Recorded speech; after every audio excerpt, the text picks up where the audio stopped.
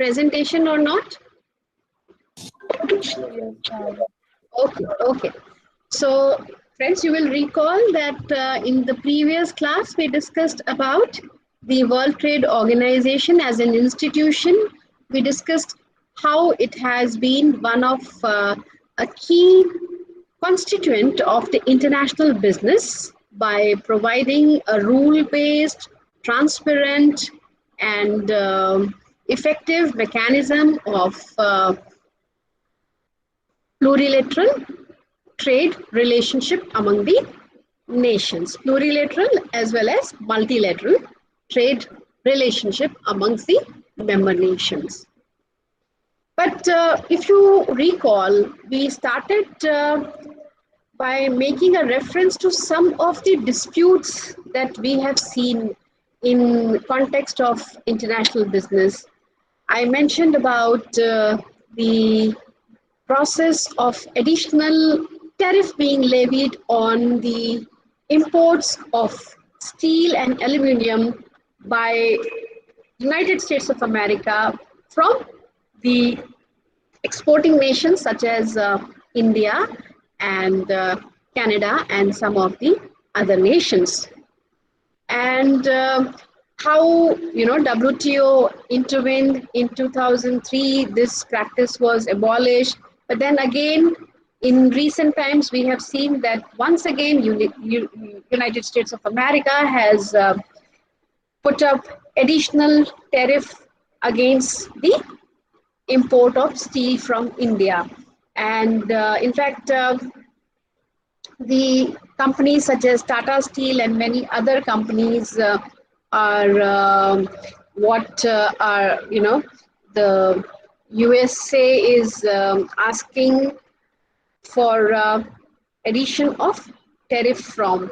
So this is one of the instance of how a trade dispute comes up again and again. But the good point or the silver lining is that there is an integrated system of dispute settlement, and how it operates is what we are going to see. So you need to remember that all the multilateral agreements, whether it is about GATS, whether it is about TRIPS or TRIMS, or whether it is about the general agreement on tariff on and trade, so with respect to the goods, for all categories of transaction involving international business, there will be a process of settlement of dispute. And there is a single set of rule for all dispute, okay, except for few specific rules which are part of some of the agreements. We will also talk about the free trade area or FTA and how it is a part of WTO but still is an exception in certain matters. So who are the main players in this dispute settlement process in World Trade Organization? We have the dispute settlement body, which is functioning from Geneva. We have a panel and we have an appellate body. We have the different parties who bring up a particular case, a particular issue of conflict, a particular dispute before the panel. And then there is a WTO secretariat, including the role of the Director General of World Trade Organization. So these are the main parties into the process of dispute settlement. Now, dispute settlement body comes under the General Council. We call the organizational structure. So whenever there is a conflict or a trade dispute between two member nations, they first begin with what is called as the process of consultation.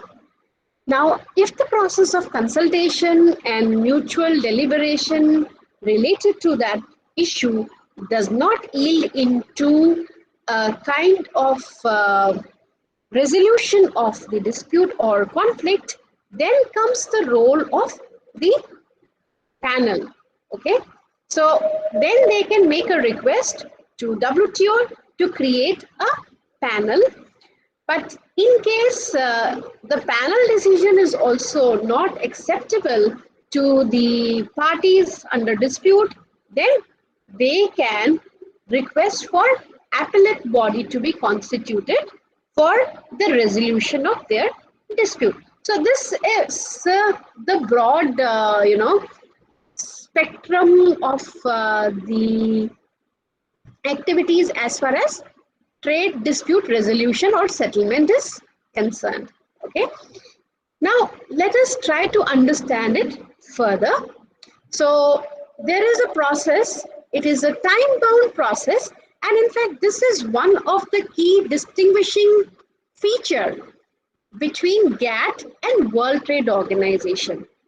The World Trade Organization has emerged as a more effective instrument. What was wrong with GATT? In GATT, the timeline was not specified and therefore matters dragged on for years. So here we have a time-bound process of the negotiation, consultation, arbitration, and this whole thing has a specific routine, a specific timeline. So if within 60 days of the consultation between the member nations, they are not able to come to a settlement, they may request for a panel, and this panel overall is having about 9 months to come up with the decision. But in case the decision is not acceptable, and that also is included in this 9 months, then they can appeal for the appellate body constitution. And based on the appellate body's decision, there is a reasonable time that has to be given to the member nations to make the corrections or alternation as per the verdict of appellate body, and that time frame is 15 months. But in reality, what has been seen of late is that there are various kinds of administrative issues which delay the process. For example, sometimes the translation has to be done because member nations come from different background and culture and language, and many times it is not possible to have the availability of translator, or they are not free, because you see this is a very scientific process, and sometimes the translators are not available. And of course you will see a video also later today as to how United States of America has not allowed the appellate body to have the full strength of members,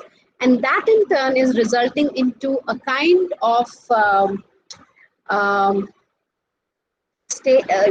a kind of status quo in terms of the different disputes which are lying before the World Trade Organization.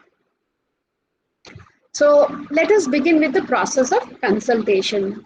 As I mentioned earlier, it involves 60 days, and Article 4 of the dispute settlement body provides for consultation process, and the spirit is that the party should give sympathetic consideration to a matter which is brought in by one of the member nation with respect to its exports, or with respect to labeling, or with respect to maybe the sanitary or phytosanitary measures, or with respect to any specific legislation which is a violation of World Trade Organization's basic tenets. So whatever may be the reason, you have to first understand what is the matter and why the other party is aggrieved. So have negotiation, have consultation, sit together, and This is the first step. And the spirit is that the parties which enter into consultation, they should attempt to obtain satisfactory adjustment of the matter concerned. So here you have paragraph 2 and paragraph 5 of the article 4, which actually describes as to what has to be the spirit of consultation. And a third party is usually not involved in this process of consultation. Only the members who are part of the dispute can be negotiating and interacting and coming up with a solution. But there are instances where the members can request even for the process of consultation to join in, but they have to prove that the matter has a substantial, they also have a substantial trade interest in the matter that is being discussed. For example, I give the example of import of steel and the additional levy which is imposed by United States of America, which is probably beyond even the maximum tariff that they had committed to. So it's not just about India, but there are some other nations also. So they can also join in the process of consultation. But of course, now we are in a different, stage and different status, and we have already, moved past what you call as the process of consultation and panel and the arbitration. So this is how it is. Now that let us assume that consultation has not resulted into the settlement of the dispute, and the parties would like to have a panel to be set up. So they make a request for establishment of a panel.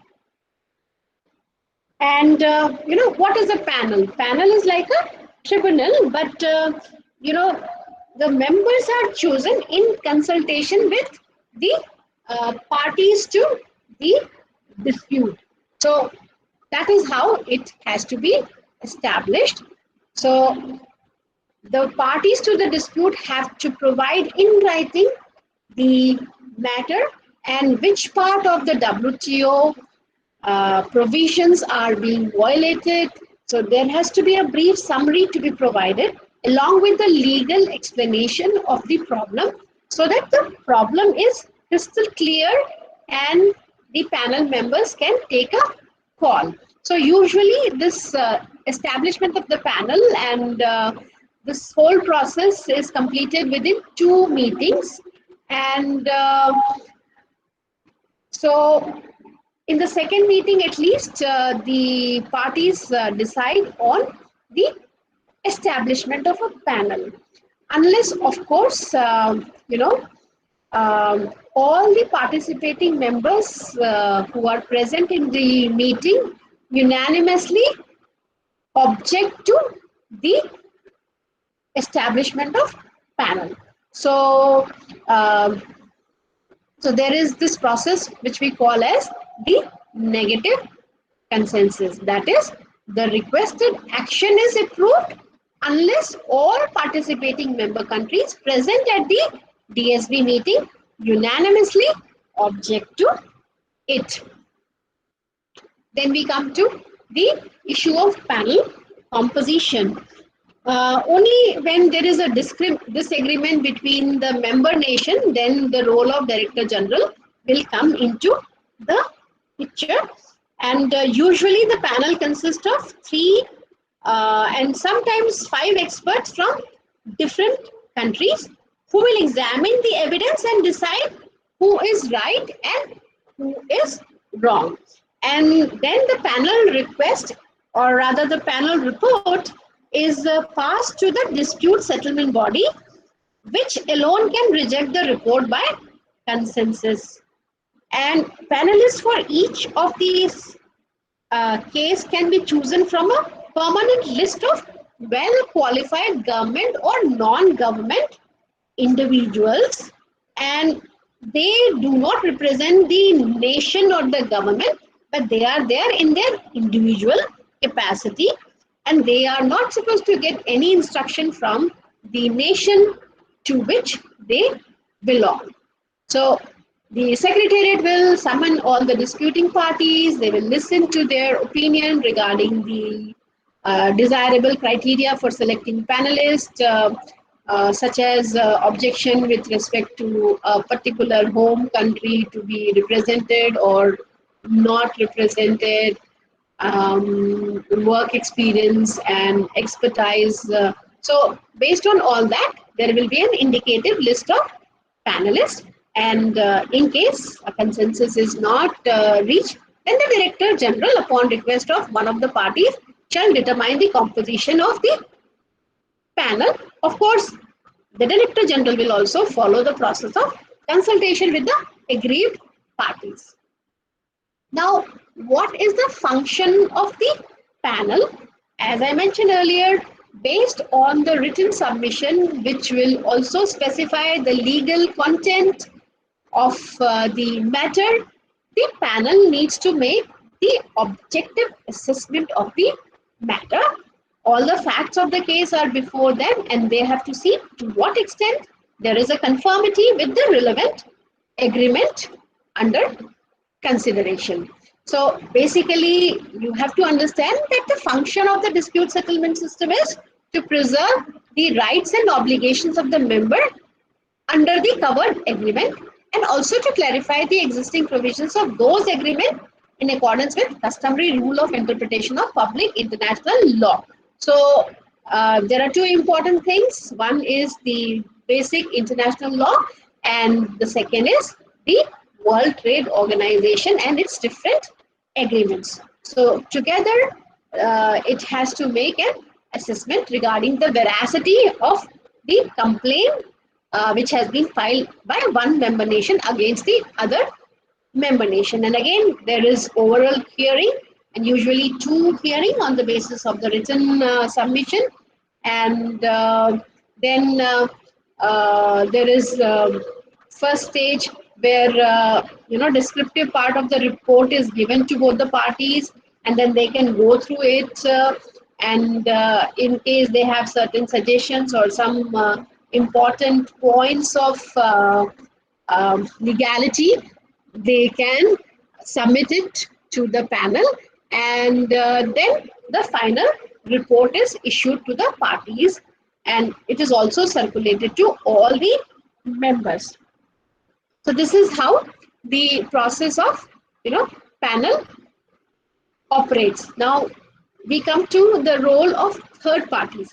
So as I mentioned, if the third parties have substantial interest, then they can be participant to the first hearing of the panel, but then not the second one. And the panel can, of course, ask for information from any of the relevant sources. Sometimes they have to seek scientific and technical advice. If you look at how the world trade has emerged of late, you'll find that much of the business revenue is coming from new technologies, and these new technologies also are subject to lot of scientific theories, and it is important for the panel members to understand, and therefore they from time to time look for scientific or technical advice from the expert review groups. And that also is one of the reasons why we are not able to have the follow-up of the time-bound procedure, which is the highlight of the settlement process. So the timelines cannot be adhered to, because in many instances you require technical advice from the expert review group. And needless to emphasize that each member who is a party to the dispute has to ensure confidentiality of the procedure and the verdict. However, as long as the deliberation and is going on within the panel, but it has been a customary practice on the part of various nations, including United States of America and European Union, to give public disclosure in terms of the matters that are pending before the World Trade Organization and the matters about which some assessment has been made and a settlement is already reached. So this is regarding the panel and the procedure within the panel. As a general rule, 9 months from establishment of panel to consideration of report for adoption is the time frame given for the panel to function. And in case where the report is appealed, then 12 months. So that is again defined in the Article 20 of the dispute settlement process. So if it is not rejected by all the members, this again is negative consensus, then it is adopted, except if there is an appeal by one of the parties to the dispute. And if that is the case, then comes the second stage, and that is the stage of the appellate formation. And appellate review is the second step. Appellate body consists of 7 members, and for any given dispute, usually 4 members form the appellate institution for a given case. And again, these members again are people with authority and expertise. But remember, the appeal will only be limited to interpretation as per the legal provisions of WTO and the international laws. And the appeal can only be made by the parties under the dispute, and no other party can do that. When we say that appeals have to be based on the point of law, it means that they cannot re-examine existing evidence, or they cannot examine the new evidence. So 3 members of a permanent 7-member appellate body set up by the dispute settlement body, who broadly represent the range of WTO membership, hear such appeal. Okay, and members of the appellate body have a 4-year term. They have to be individual with recognized standing and in the field of law and international trade, and they should not be affiliated to any government entity representing any of the member nation. And if you look at the dispute settlement agreement, it emphasizes on prompt compliance with recommendations or rulings of the dispute settlement body. But if a country that is the target of the complaint loses, it must follow the recommendation of the panel report or the appeal report. It must state its intention to do so at the dispute settlement body meeting held within 30 days of the report adoption. If complying with the recommendation immediately proves impractical, the member may be given a reasonable time for adoption of the appellate body report.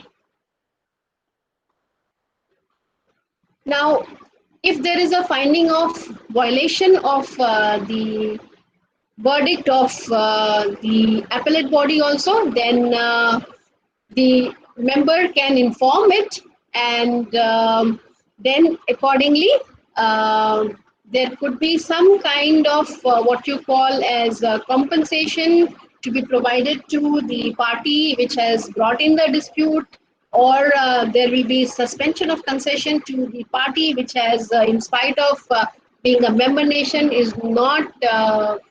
has not made due processes, has not followed due processes to implement the verdict.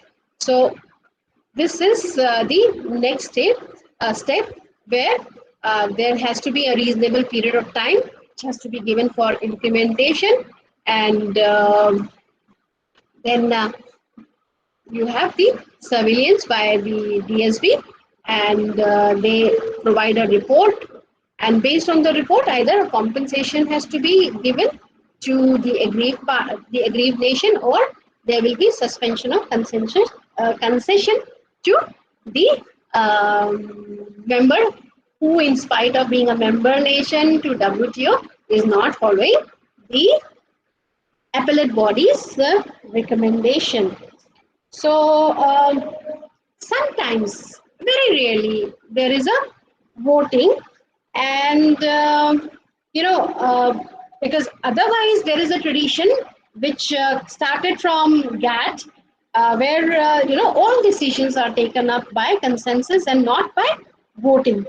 The idea is to ensure that all members' interests are properly considered, even though on occasion they may decide to join a consensus in the overall interest of the multilateral trading system.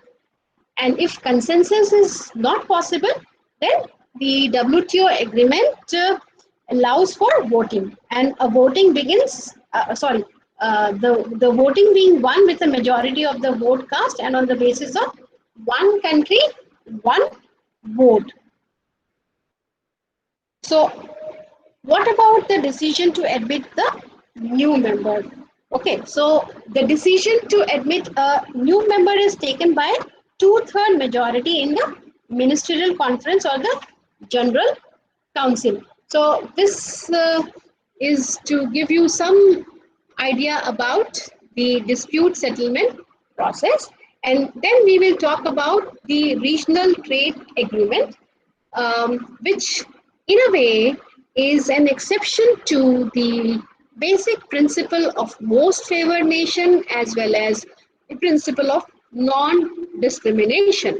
So I really wonder if any of you can tell me as to what is the interpretation or meaning of most favored nation. I am waiting for the specific answer from the students. Can anyone tell me what is the principle of most favored nation?